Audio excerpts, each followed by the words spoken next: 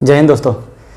तो चलिए शुरुआत करते हैं आज के अपने इस टॉपिक में कक्षा 10 के पाठ्य पुस्तक इतिहास के प्रथम अध्याय, जिसका नाम है यूरोप में राष्ट्रवाद।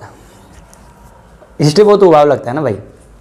एक चीज़ है, जब कोई विषय हमें समझ में नहीं आती है ना, तो हम विशेषकर उसके प्रति अरुचि उत्पन्न हो जाती है, और जो चीज़ हमें समझ में आती है वो हमारा फेवरेट सब्जेक्ट हो जाता है। तो देखिए, इतिहास को लोग उबाऊ में मानते हैं। क्यों? क्योंकि उसमें दिन, तारीखें, सन, ईस्वी सारे कुछ याद करने होते हैं। तो ऐसा नहीं है, हम लोग इसको कहानी के माध्यम से लेकर चलते हैं, ठीक है ना।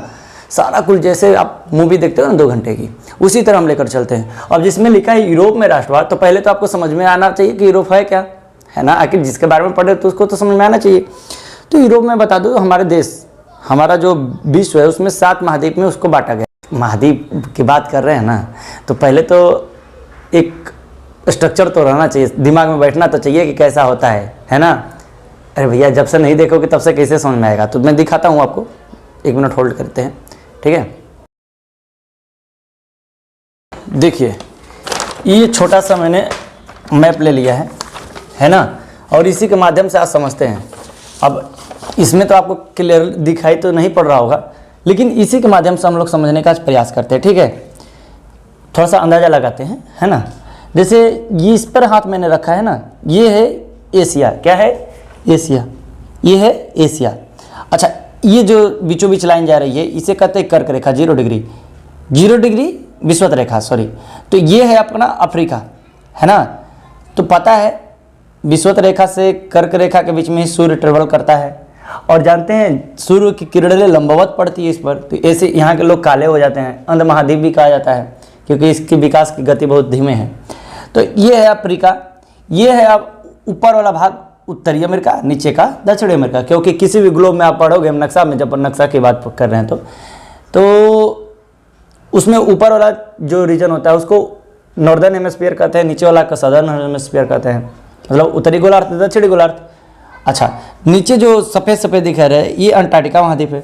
एक महाद्वीप यहाँ है, ऑस्ट्रेलिया लिखा है ओशिनिया, ठीक है। और छोटे छोटे जिसके बारे में आज हम बात करने वाले हैं, यूरोप, एकदम छोटे छोटे माचे की मुड़ियों जैसा नहीं दिखाई दे रहा है, ये है अपना यूरोप। समझ में आ रहा है? तो इसको देख लीजिए, क्योंकि जब आप किसी को देख लेते हो ना, तो पहली नज़र में आपके दिल में बैठ जाता है कि नहीं, और तब आपको उसके प्रति रुचि उत्पन्न होती है। तब आप कहते हो यार तनी पता तो कर कहाँ के है, तुरंत उसका घर द्वार पता करोगे। अब यही चीज़ें हैं यहाँ पर। तो आपने यूरोप तो देख लिया, और जिनको नहीं समझ में आया ना तो आप कमेंट करके मुझसे पूछा करिए। अब चलिए स्टार्ट करते हैं। यूरोप बहुत पहले की बात है, बहुत पहले की मैं बात बता रहा हूँ आपको। उस समय क्या था ना कि जो अरब कंट्रीज थे वो तुर्की ऑटोमन साम्राज्य के नाम से जाना जाता था, और यूरोप वाला क्षेत्र कुस्तुनतुनिया के साम्राज्य से ना, एम्पायर मतलब साम्राज्य में बहुत बड़ा भूखंड का हिस्सा, जिस पर कोई राजा राज करता है। तो ये है साम्राज्य की बात चल रही थी। तो उसमें क्या हुआ कि ऑटोमन साम्राज्य वाले, अब नहीं समझ में आ रहा है ना, समझ में आएगा। ऑटोमन साम्राज्य वाले ने कुस्तुनतुनिया साम्राज्य वाले को भगा दिया, लखीत के मारा।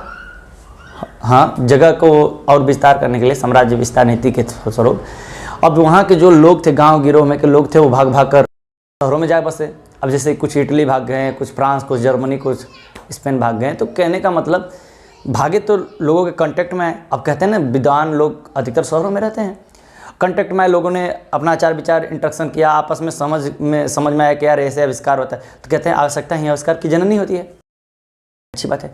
तो लोगों ने धीरे धीरे कंपास बनाना, नाव बनाना, दूर तक जाने वाले नौका के को बनाना, पेंटिंग करना, कुछ लोग किसी भी कारीगरी में लग गए, ठीक है। अब किसी ने कंपास बना डाला, अब वो कंपास बनाया, वास्को डिगामा एक नाविक था, वो लेकर अपना सारा कुछ चल दिया अपना। 1 मिनट आपको मैं बता रहा हूँ, जब आने तो इसे समझ में नहीं आएगा। मान लीजिए ये अपना एशियाई है, ठीक है। इधर हमने बताया ये यूरोप है, छोटे छोटे देश हैं यूरोप। इधर आपका पड़ गया, ये आपका अफ्रीका हो गया, ये पनामा नहर काटती है इसको, ये उत्तरी अमेरिका और दक्षिणी अमेरिका। नीचे अंटार्कटिका हो गया, इधर ओशिनिया महाद्वीप हो गया, अब ये यहाँ से एक पुर्तगाली यात्री साउथ अफ्रीका के पुर्तगाली यात्री, उसका नाम था वास्को डी गामा। ये अपना जहाज लिया, है ना, नाव लिया और नाव लेके चल दिया। अब लेकर आया केप ऑफ फूड पर। कहाँ? केप ऑफ फूड पर। और यहाँ से पूछा भैया ये भारत किधर पड़ता है? किसी ने उसको बता दिया। हाँ, गुजराती यात्री था, है ना, तो बता दिया कि भाई अब तो तुम लगे आ गए हो, है ना, भारत उधर है, चले जाओ। तो देखो मैंने भारत का चित्र भी बना दिया। और केप ऑफ फूड से चला गया केरल कालीकट पर। केरल के कालीकट पर एक राजा, वहाँ के जैसे राजा थे, उसका नाम था जमुरीन। ठीक है, जमुरीन राजा था।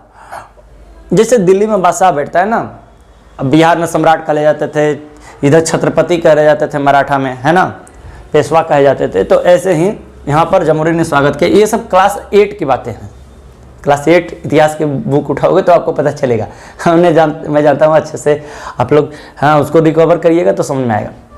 अब यूरोप की जब बात बता रहा हूँ मैं, यूरोप की, तो यूरोप में राष्ट्रवाद की भावना कैसे विकसित हुई इसके बारे में हम लोग पढ़ते हैं आज। तो देखिए, राष्ट्रवाद पहले समझना पड़ेगा कि राष्ट्रवाद होता क्या है। अपने राष्ट्र के प्रति विशेष लगाव या फिर एक यूँ कह लीजिए कि प्रेम, श्रद्धा, है ना, का भाव उत्पन्न होना, नई चेतना का उत्पन्न होना, यही कहलाता है राष्ट्रवाद। ठीक है, तो राष्ट्रवाद यही है। जैसे आपने सुना होगा कुछ ऐसे टर्म्स आते हैं हमारे सामने आए दिन जीवन में, जैसे मैं लिख देता हूँ, कुछ ऐसे टर्म आते हैं जैसे आप सुने होंगे, जातिवाद। जातिवाद सुने हैं कि नहीं सुने हैं? चलिए मैं बता देता हूँ।